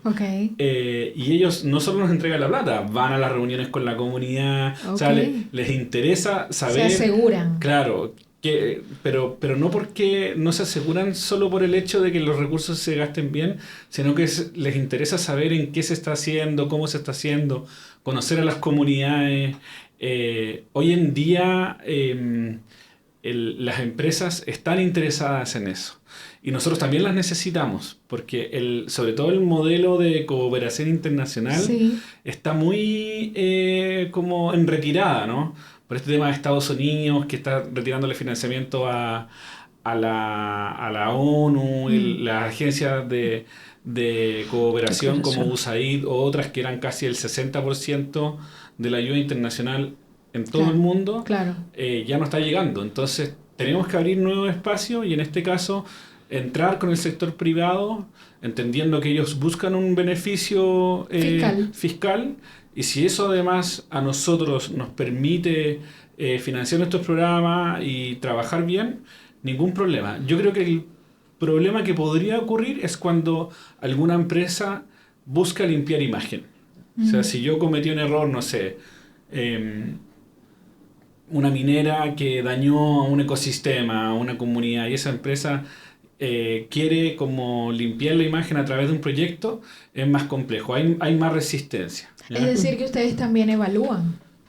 Obvio. En ese caso. Claro Sí, nosotros evaluamos con quién vamos a trabajar. Claro. O sea, porque vamos a ser socios. Pues si esa empresa tiene problemas en su directorio, técnicos, tienen, no sé, mala fama, maltrato, qué sé yo, obviamente que no vamos a trabajar con ellos. Claro. Ellos también nos evalúan a nosotros, por supuesto, Sí. ¿no? Pero es feedback, hay un feedback aquí. Sí, con alta transparencia y estableciendo acuerdos de cooperación que se llaman, se establece una relación bien mutua, la verdad.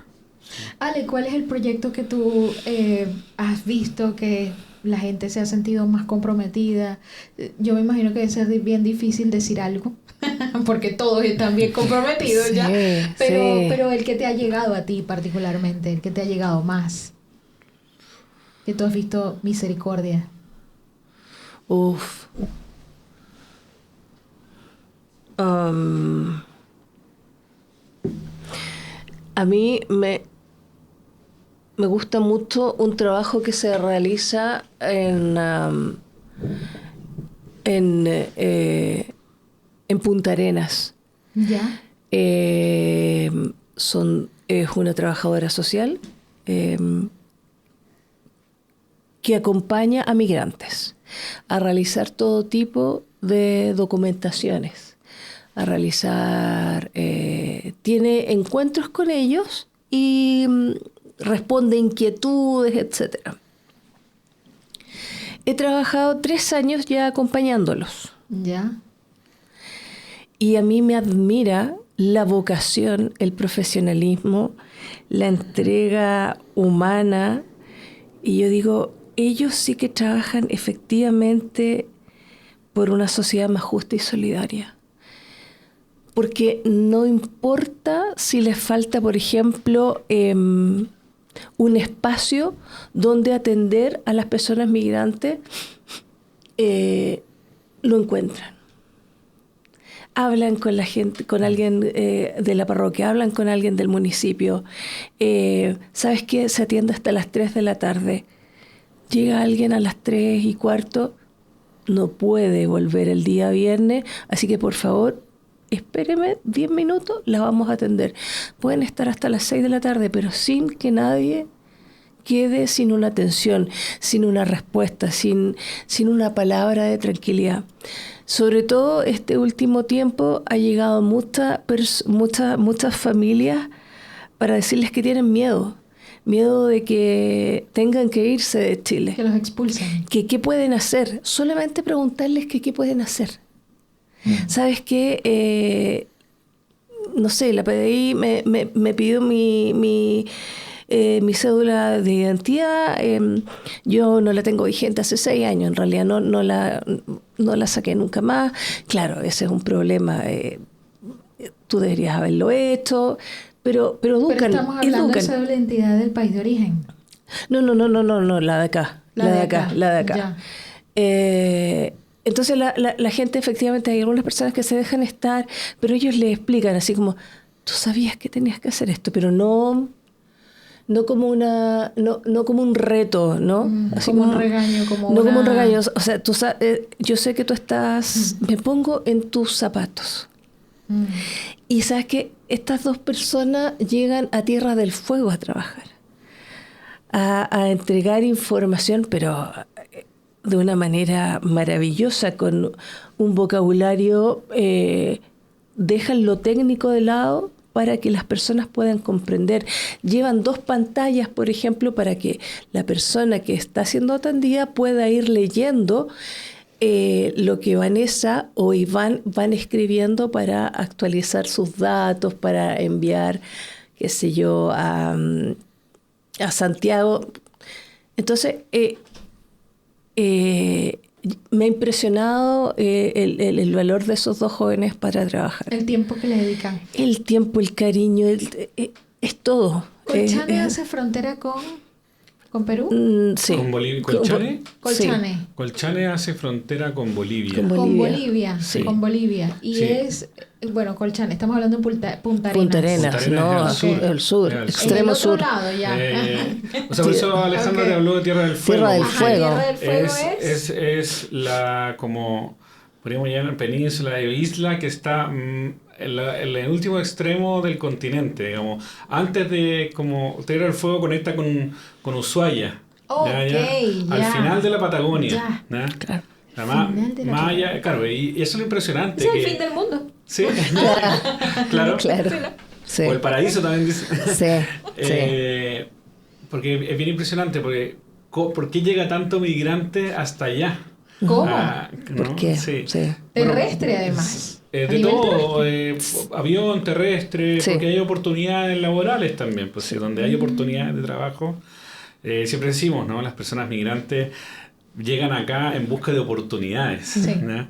Y si allá hay trabajo de construcción, no sé, hidrógeno verde, todo lo que se está desarrollando en la Patagonia y en Tierra del Fuego y Punta Arenas, la gente lo va a buscar, digamos. Es bien impresionante el proyecto porque efectivamente no distingue nada de dónde viene, por qué llegó, sino que, como decía Alejandra, es una atención humana, asesoría migratoria, que no solo se da en el continente, digamos, en Punta Arenas, sino que cruza Tierra del Fuego y va a Porvenir. Y a todas las localidades que en verdad visita Alejandra, claro, ahí en esos casos. Y son 2 personas que llevan en su propio auto azúcar, unas galletas por si llegan niños, termos para tener agua caliente para que la gente tome algo caliente mientras espera, porque claro, es una zona, pero es muy, muy, muy helado. ¿Por qué muy, se muy llama helado. Tierra del Fuego? ¿No debería hacer calor? Yo pregunto. No. Yo no sé. Yo creo que podría equivocarme, Okay. pero tiene que ver con las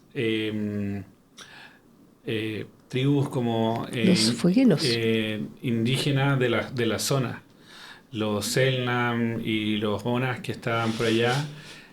Había un grupo de personas que se trasladaba en canoas. Uh-huh.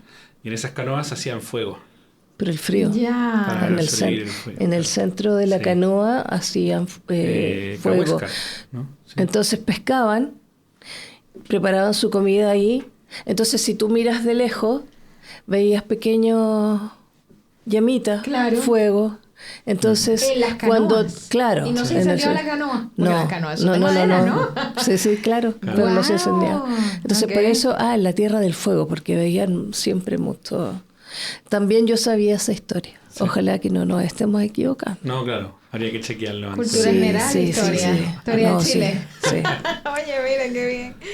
Bueno, por aquí, a ver, hay una diferencia entre dar para ser visto y dar en secreto. Donar en secreto, anónimamente o sea, yo por ejemplo he donado en GoFundMe. ¿Ya? Y hay una opción que dice anónimo. Yo siempre pincho anónimo, ¿vale? Pero pueden haber varias razones. Una, me hubiera gustado donar más, entonces no quiero que mi nombre salga porque doné poco. sabes, yo quisiera donar más. Entonces creo que hay como un tema psicológico ahí. O quizás, bueno, no quiero que sepan que estoy donando por esta causa porque, ¿para qué?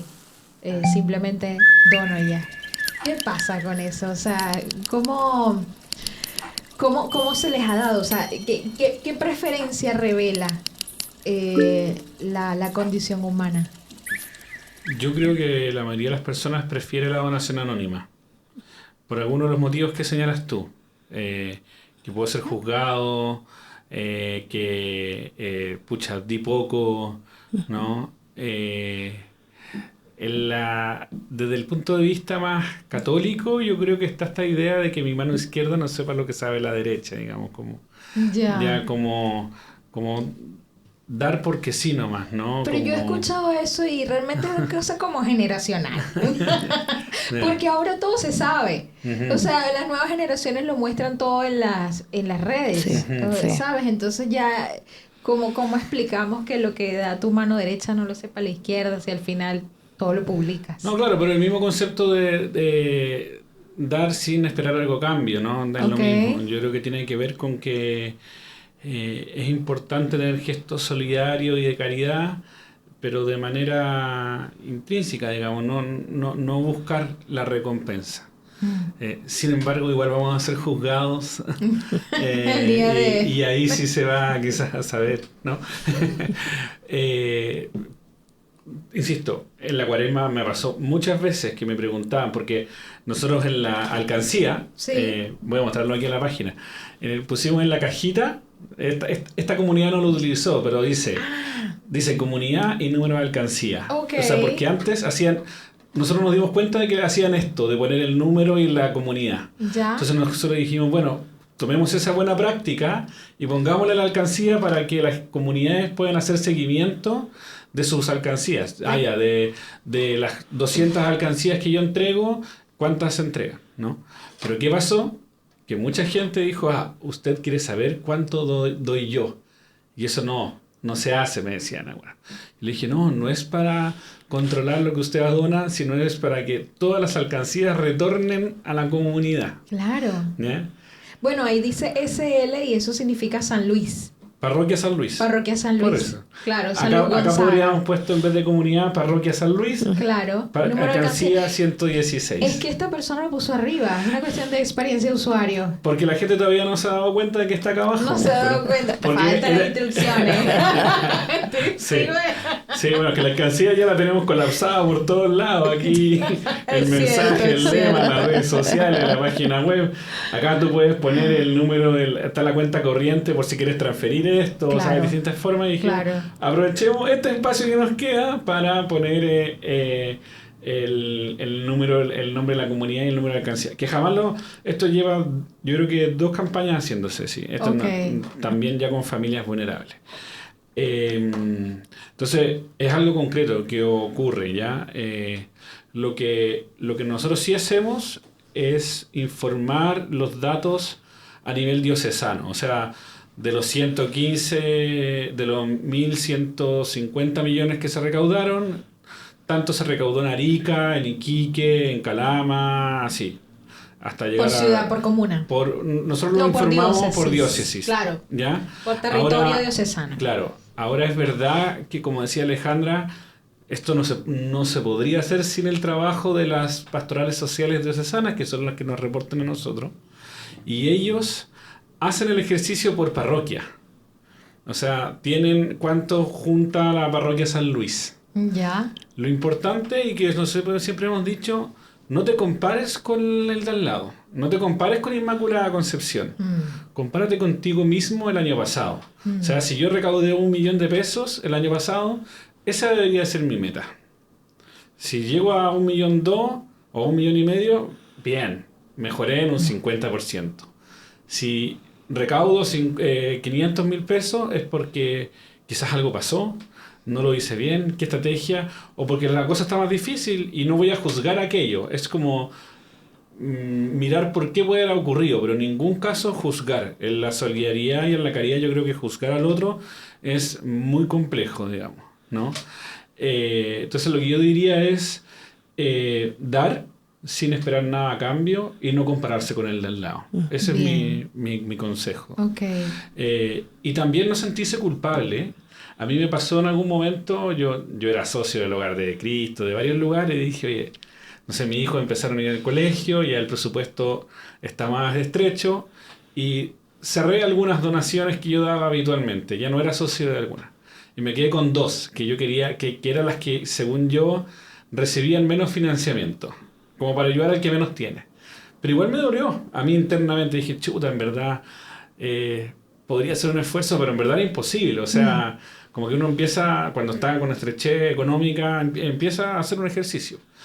Y igual se cuestiona a uno mismo, se siente como, bueno, pero si yo tengo trabajo, yo recibo, ¿será que puedo hacer un esfuerzo? Y la verdad es que tomé ese camino. Quizás debería haber cerrado todo y eso hubiese sido lo más sano financieramente, pero opté por mantener mi aporte en una o dos organizaciones que yo creía que recibían menos financiamiento y necesitaban más de mi aporte, que siempre es súper pequeño, no.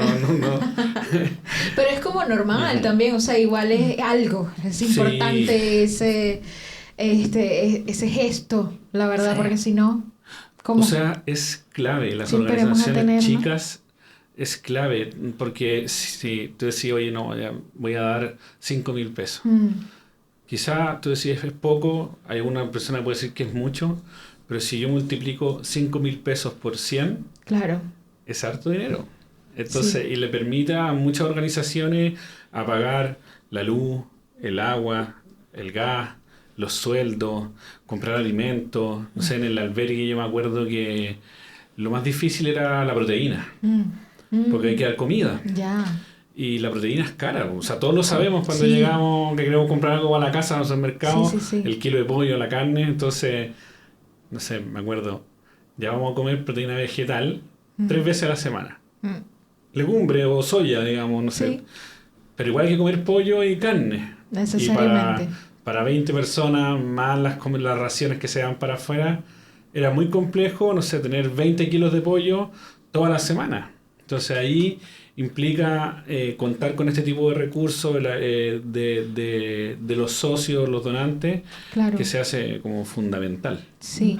Ahora, así como buscamos sensibilizar al donante, a esta persona que cualquiera de nosotros, ¿no? Para donar, ¿quién se sensibiliza o quién acoge al fundraiser, al que está recaudando los fondos? Porque en vuestro caso, Ale, por ejemplo, tú que estás en terreno y que vas a las comunidades, que hablas con las personas de los proyectos, que ves el sufrimiento ajeno, estás rodeada del sufrimiento del otro, ¿cómo te contienes?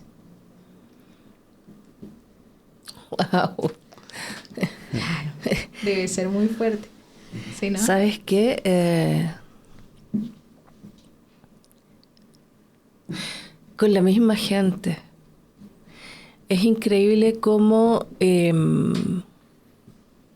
mi espíritu se fortalece aún más cuando sé que a esa familia o a esa mujer le llega, por ejemplo, de donación por el proyecto 2 metros de leña y no va a tener que pensar que durante junio o julio va a necesitar 80.000 pesos para poder comprarla.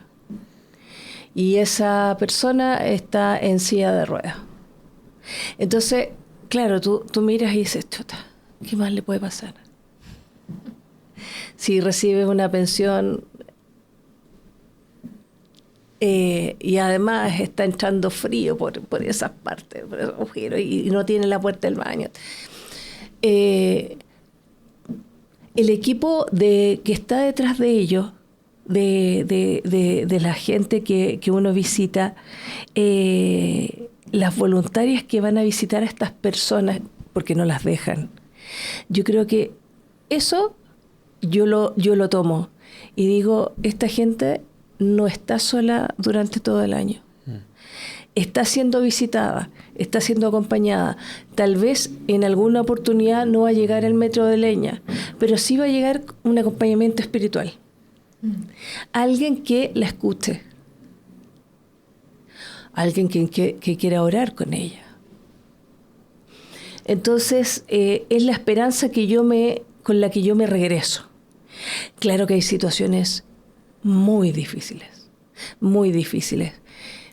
Y esas situaciones yo no me doy vuelta, ¿no? Para decir, no, sabes que yo llego hasta aquí nomás, no miro nada más. No, las vivo. Señorita, ¿quiere mire, tengo agüita hervida, tomémonos un matecito? Fantástico, tomémonos un matecito. Y siempre llevo algo. Es como que tengo la costumbre de llevar un chocolatito, una galletita. Entonces es compartir. En algunas oportunidades sí, las lágrimas, claro, fuera.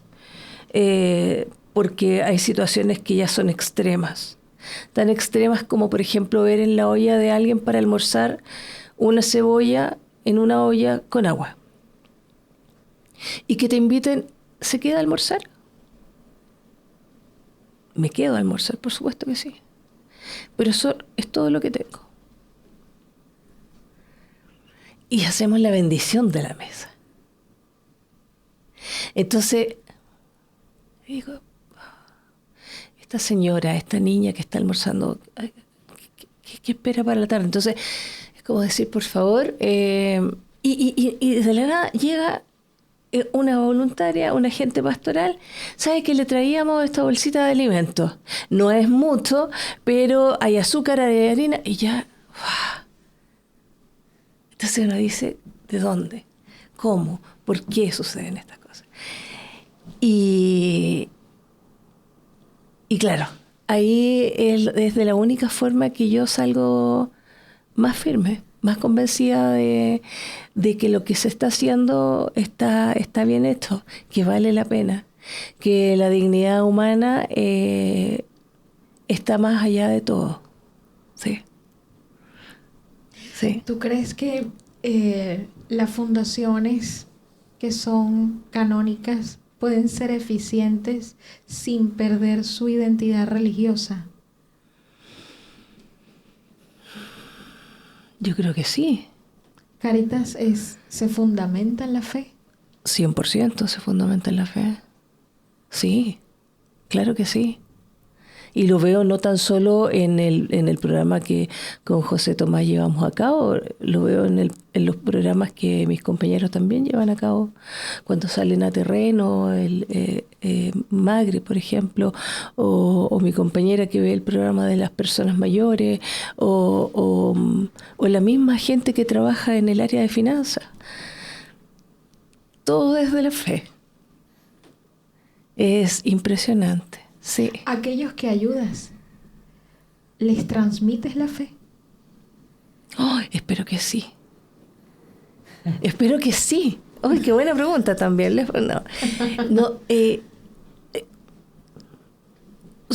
Muy humildemente, yo creo que sí, porque más que una palabra de aliento, de pronto no hay palabras que decir. Pero sí se puede dar un abrazo. Sí se puede tocar, por ejemplo, una mejilla. Sí se puede hacer un cariño en el cabello cuando una mujer está, por ejemplo, o un caballero está postrado, cuando ya no hablan. Sí los pueden mirar a los ojos y hacer una pequeña oración. Tocarle sus manos. Si ellos se acuerdan de alguna canción antiquísima, y yo me acuerdo de esta canción, cantarla también con ellos. Yo creo que de esa forma sí lo hago. Sí. Gracias Ale. Se nota claramente. No hace falta aclarar. O sea, está muy bien descrito en esa fuerza que entregas cuando recuerdas lo que estamos conversando, las personas con las que te has topado en las diferentes situaciones, en los proyectos o en las comunidades donde hay estas necesidades. Sin duda que se nota. Es bonito porque la verdad, claro, nos toca a nosotros como seres humanos que tenemos como una vida especial y privilegiada, ¿ya? Y hay otras personas, de hecho también lo conversábamos, el podcast anterior hablaba acerca de la pobreza, porque la campaña era sobre los pobres, ¿no? Entonces hablamos de que el pobre realmente es pobre de espíritu y que es una condición temporal, la verdad, la pobreza. Entonces, si hablamos de la pobreza espiritual y llega alguien que además te va a suplir con un bien material, también te llena el corazón de alegría, de fe, de amor, de esa gratitud, entregas ese regalo de creer en que vamos a salir de esto. Dios aprieta pero no ahorca, ¿sabes? O sea, tranquilo que después de la lluvia viene la calma.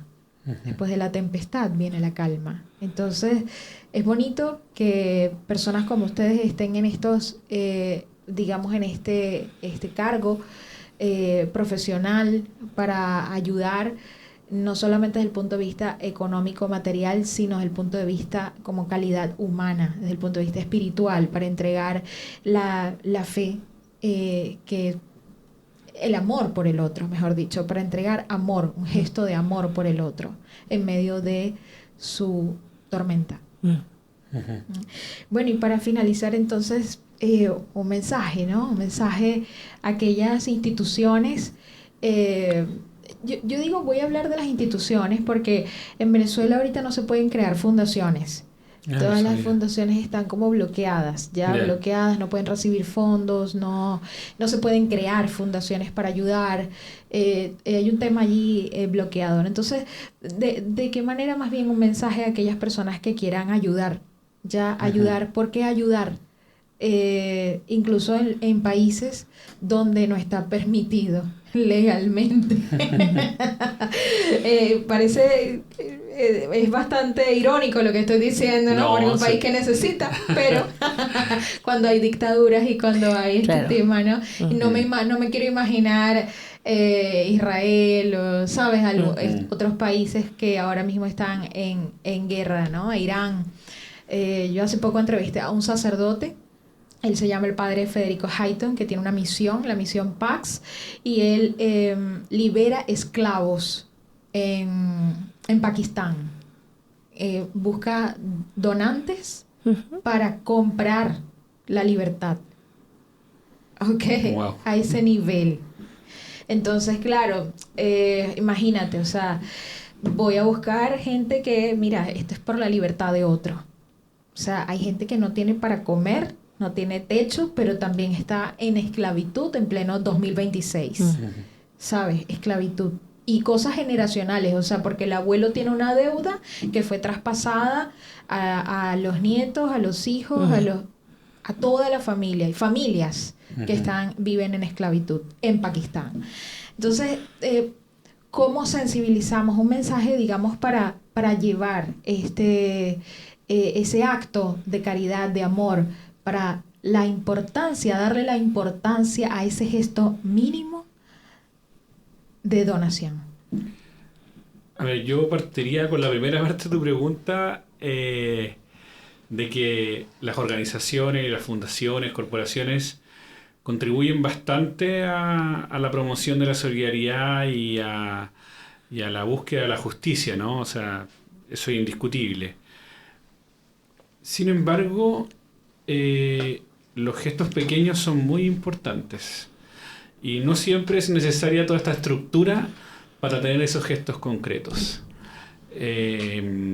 Yo puedo, como persona natural, ir a los rucos, acompañar a personas en situación de calle, compartir un vaso de café, pan, abrigo, y esa persona lo va a agradecer y seguramente que yo también lo voy a agradecer. También me puedo juntar con mis cercanos y contarles que tuve esta experiencia y decir, oye, ¿sabéis qué? ¿Por qué no hacemos algo? No sé, somos todos, no sé, con mis amigos que estudiamos, no sé, psicología, hagamos un operativo psicológico en algún lugar. Poner al servicio la profesión a un grupo de personas vulnerables. Y si después, por alguna razón, yo me quiero dedicar a esto y tener una organización, voy a poder levantar una fundación. Pero la fundación o una corporación, mejor dicho, la organización sin fines de lucro, la OSFL, no es necesaria exclusivamente para tener este tipo de gestos de solidaridad y caridad, ¿no? Además de este trabajo, yo soy docente en dos instituciones, en la Universidad Alberto Hurtado y en ENAC. El ENAC es la Escuela Nacional de Capacitación, el primer instituto de profesional de Chile, que nació al alero de la Cruzada de Cáritas. Okay. Las mujeres que acompañaban a personas postradas en hospitales, en albergues, cuando no había nadie más que los acompañara, digamos, ¿no? Y hoy en día un instituto de distintas carreras profesionales, técnico en enfermería, educación de párvulo, informática, entre otros. Y ahora estoy desarrollando un curso que se llama Proyecto Servicio, en el cual se les exige a los estudiantes durante un semestre tener un proyecto que ponga al servicio de la profesión. O sea, sí, ya estamos educando en eso para que los futuros profesionales, en este caso son técnicos en educación parvularia, tengan una experiencia de acercamiento a una comunidad con un proyecto acotado, no sé, un taller de habilidades parentales para una comunidad, ¿no? O si yo estudio, no sé, cosmética y peluquería, bueno, un operativo de peluquería en alguna comunidad o población. Entonces, desde ya yo creo que hay que empezar a educar en esto. Es muy importante, pero insisto en eso, como que gestos pequeños tienen impacto muy grande y no es necesario toda la operación infraestructural. Insisto, nosotros trabajamos en una organización internacional, Cáritas está presente en más de 150 países, o sea, es grande, digamos, ¿no? Y hace mucho bien. Y ojalá que siga existiendo y que hay muchas otras, pero no es exclusivo de Cáritas la solidaridad. Todos pueden tener gestos concretos y ojalá tenerlos. No, de hecho, la campaña de Cuaresma es eso. Sí. Es que todos podemos, durante estos 40 días, centrar la mirada en las personas mayores de nuestra familia, de mi comunidad o de la sociedad y tener un gesto de misericordia con cada uno de ellos. Amén. Ale, ¿qué tal? A ver, un mensajito. ¿Un mensaje? Sí, para que aprendamos a donar. Recordar que en esta alcancía, aunque ponga 100 pesos, 50 pesos, 10 pesos, puedo transformar vidas. Ese es el poder que tiene. Y no solo transformar vidas con cosas materiales. A las personas les sirve mucho, a las personas beneficiarias del fondo les sirve mucho estar con sus pares, sobre todo a las personas mayores. Entonces, si pudiesen ver sus rostros cuando se reúnen y hacen sus actividades, o una persona ya no necesita usar bastones porque el kinesiólogo le ayudó y ahora solo anda solo con uno y puede hacer otras actividades, etcétera, etcétera. Recordarles que una ayuda puede transformar vidas. ¿De dónde? No sé. Pero alguien va a salir transformado definitivamente. Sí. Bueno, ayudarnos los unos a los otros. Yo decía en uno de mis noticieros que había recibido la cajita de Cuaresma y que uno no sabe cuándo le va a tocar esta ayuda. ¿sabes? Uno no sabe, porque la vida es una montaña rusa. Entonces, hoy estamos aquí y otras veces vamos en picada, ¿no? Me pasó en España, donde Caritas Chile me ayudó. Caritas Chile, Caritas España. Caritas España me ayudó. Me pasó allá, donde recibí ese apoyo. Entonces uno no sabe cuándo estas donaciones te pueden servir a ti, a un familiar, a un amigo, a un vecino. Así que hay que hacerlo por el bien del otro. Me parece, ¿no? Los dejamos invitados a cada uno, a cada una que se sumen a esta campaña. Estamos cerrando la Cuaresma, que es un tiempo de misericordia, y hay un llamado especial entonces a tener gestos concretos a las personas mayores. Si por alguna razón nunca recibí la alcancía, la puedo ir a pedir igual, y si no, uno puede ingresar a www.cuaresmadefraternidad.cl. Ahí está nuestra alcancía virtual para que puedan hacer un aporte único. Todo es muy bienvenido, y si por alguna razón no puedo hacer un aporte en dinero, puedo ingresar a Caritas Chile y compartir los mensajes, y ya con eso nos van a estar ayudando en la difusión de la campaña. Entonces nos vemos en una próxima edición aquí en el canal de YouTube de la Periodista del Señor con Daniela Extraño.